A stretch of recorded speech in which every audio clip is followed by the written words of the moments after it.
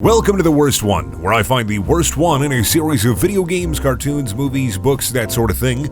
This internet program is also known as the guy in his mid-20s that sounds like he knows everything about everything show, and also has almost every review YouTuber trope rolled up into one.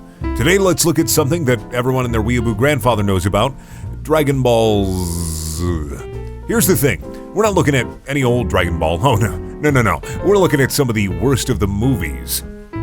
The Dragon Ball and Dragon Ball Z movies sometimes are not so great.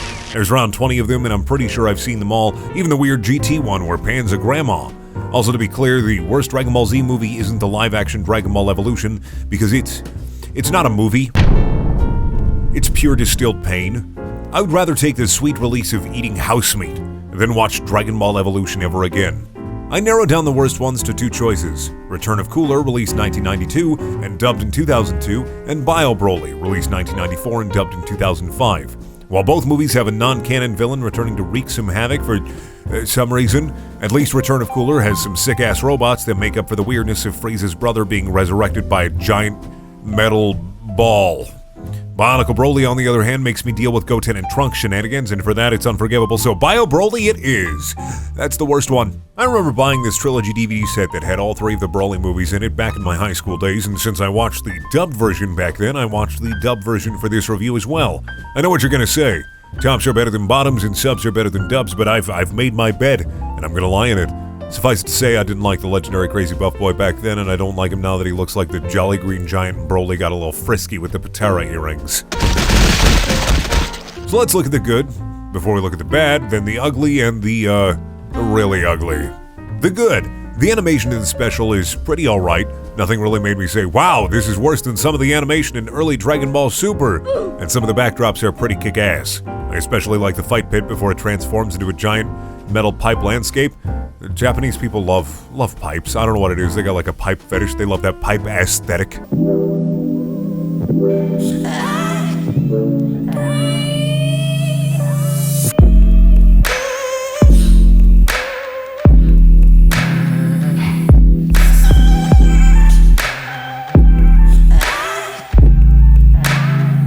Android 18 has a pretty important role in this episode. She's the only reason I could sit through this whole thing, and I love her.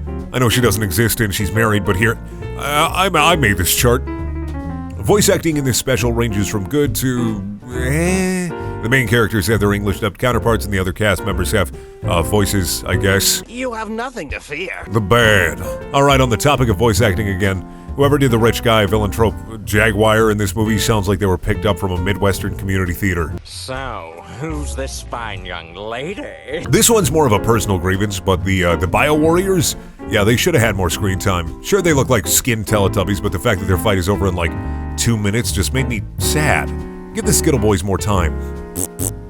When the goo, and we'll address that little gem a little later, is almost killing all of the scientists, does it just pause for a moment while they're fighting Broly? I know the whole, it's a Chinese cartoon rhetoric, but I mean, come on. Does nobody die besides the Skittle Boys and Broly? Everyone just gets to live? The ugly. The guy from the second Broly movie is here as well, and what was the second Broly movie again? Broly Second Coming? Broly came to Earth and got Kamehame ham-fisted by Goku and his boys. Man, the reason Broly is alive is because the guy got some of his frozen blood and gave it to a rich dude. What a great story. Do you like Broly? Do you even like Broly? No, you're not one of the Broly bunch, the Broly buddies? Well, that sucks for you proud Broly bashers. Here's more Broly. The third movie centered on the big meat man whose ability is that he's really, really strong, really buff, and he hates it when Goku cries. There's only one strong and buff man that I like whose name starts with a B. But Garfield. Also, I'm sorry to fans of the small boys, but I kind of hate Trunks and Goten. Mr. Satan, don't love him or hate him. I mean, it kind of depends on the situation, but I would rather willingly walk into a Spencer's Gifts than deal with the sons of my special fighting boys. They're comic relief characters. Surprisingly, I like Gotenks, but they just don't fuse in this. I guess the timeline wasn't right. They weren't ready to fuse. Was this before they figured out how to Gotenks? The big disappointment of this film is that I sat through this 40-minute movie and they didn't fuse into mini Neapolitan Vegeta. It just makes me a little depressed. The really ugly. Bio Broly turns into this disgusting soup man because he wades through some acid juice that's more toxic than political discourse on Twitter.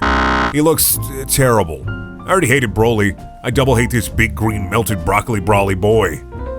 Also the goo. The goo. The goo. The goo. Dagoo? The goo. The acid juice. What is it? What is this goo? They explain what it can do, but why can Broly fuse partially with it to become a giant kaiju at the end? Why did it melt his skin off, but then now that he has no skin and looks like a knockoff of Swamp Thing, he can just assimilate with it? I know I'm asking questions about what is essentially a Saturday morning cartoon monster, but how, why, and what? Also, the goo is stopped by water. That's its weakness.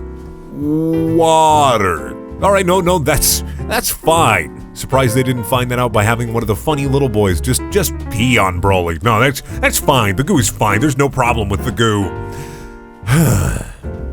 In short, Dragon Ball will always have a special place in my heart, and I hope that this movie has a special place in hell. I may never understand Broly fans, but I hope that even they agree with me when I say that this movie is a raging, legendary Super Saiyan dumpster fire. Thank you for watching. Please check out my other videos. They're also things that if you want to watch more Worst One, hey, there's a playlist for that. I'll have it here at the end screen. If you want to subscribe, that's also an option, unfortunately. And I also have a Patreon because I'm a garbage man. All right, goodbye.